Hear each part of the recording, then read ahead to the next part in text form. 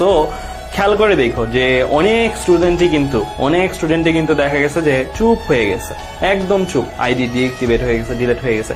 ওদেরকে আমরা দেখতেছি না, মনে হচ্ছে ওদের কোনো অস্তিত্বই নেই, কিন্তু ওরাও কিন্তু মানুষ, ওরাও কিন্তু পড়াশোনা করছিল। সো এই যে এই দিনটা আসার আগে বোঝা যায় না যে সামথিং হ্যাপেন্ড, কিছু একটা হয়ে গেছে অ্যান্ড আমি মিস করেছি।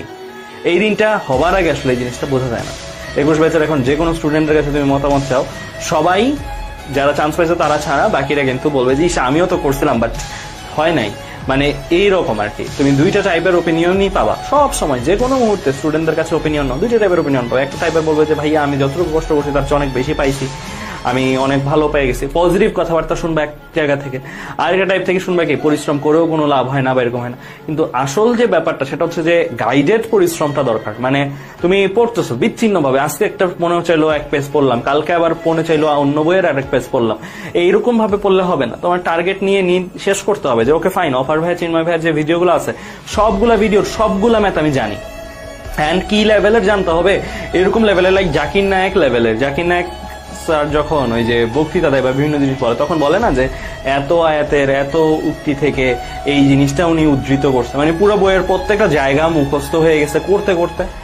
সো সেম জিনিসটা তোমাদের লাগবে, লাইক তোমাদের বলতে পারতে হবে যে অপার ভাইয়ের 3 নাম্বার ভিডিওতে কয়টা ম্যাথ ছিল, অপার ভাইয়ের 3 নাম্বার ভিডিওতে কি কি ম্যাথ করেছে। মানে এটা এমন না যে বসে বসে মুখস্থ করবা, এটা এতবার করবা সো দ্যাট তোমার মুখস্থ হয়ে গেছে, তোমার জানা হয়ে গেছে। মানে আমি কিছু একটা বলছি সেটা সম্বন্ধে তত কনফিডেন্ট না, কিন্তু তুমি কনফিডেন্ট আমার চেয়ে বেশি। ভাই আপনি ওই ভিডিওর এত সময় এই জিনিসটা বলছেন, আমিও হয়তো ভুলে যাবো, বাট তুমি মনে থাকবে।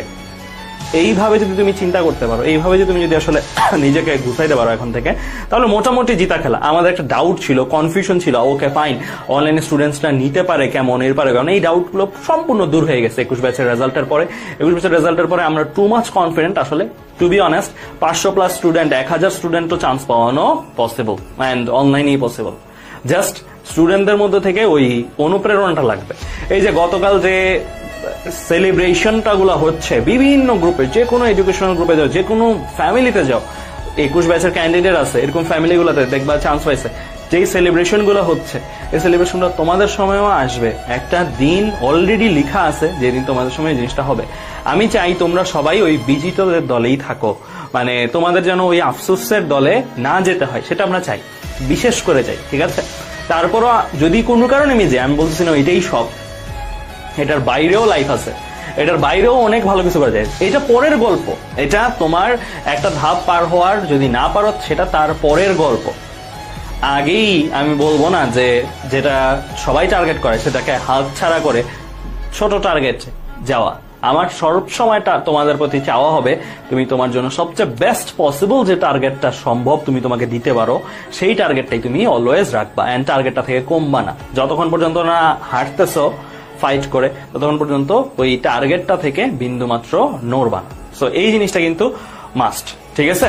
সো এই জায়গাটা থেকে আমি তোমাদেরকে একটু অনুপ্রেরণা দিতে চাইলাম। এন্ড গতকালের যে আমেজ আমাদের মধ্যেও দেখো, আমি গতকাল ঘুমাইনি, আমি গতকাল সারা রাত রেজাল্ট কালেক্ট করছি, সারা রাত রেজাল্ট লিখছি, এতটা অ্যাট্রাক্ট করে। তাহলে তোমাদের লেভেলে চিন্তা করো, তোমাদের রেজাল্ট, তোমাদের ব্যাচের রেজাল্ট। আমি দেখছি 22 ব্যাচের অনেকেও কমেন্ট করছে ঘুমাইতে পারো নাই, জাস্ট সিনিয়র ভাই আপনাদের রেজাল্টের যে উত্তাপ বা রেজাল্টের যে একটা এক্সাইটমেন্ট, সেই এক্সাইটমেন্টের জন্য। তাহলে তুমি চিন্তা করো এই সেম থিংটা তোমার জন্য আসতেছে, এন্ড তুমি কতটুকু তৈরি বা কতটুকু তুমি আসলে প্রস্তুতি নিচ্ছ। এন্ড এই আর কি আমার তরফ থেকে বলা থাকবে যে আমাদের প্রতিটা ক্লাস একদম A to Z নখদর্পণে করে ফেলতে হবে, প্র্যাকটিস শিট নখদর্পণে করে ফেলতে হবে, ঠিক আছে। তো যেটা আমরা বুঝলাম এখন পর্যন্ত যে যেখানেই পড়ুক আমাদের কন্টেন্ট গুলো কিন্তু তারা ফলো করছে বিভিন্ন জায়গা থেকেই। সো এই যে কন্টেন্ট গুলো তোমাদের হাতের কাছে অ্যাভেলেবেল থাকার পরেও তোমরা যদি প্র্যাকটিসের সবগুলো শেষ না করো, এন্ড ম্যাথ যদি সবগুলো শেষ না করো তারপরে পরীক্ষাতে যাও, তাহলে কিন্তু হাই আফসোস ছাড়া আর কিছুই থাকবে না।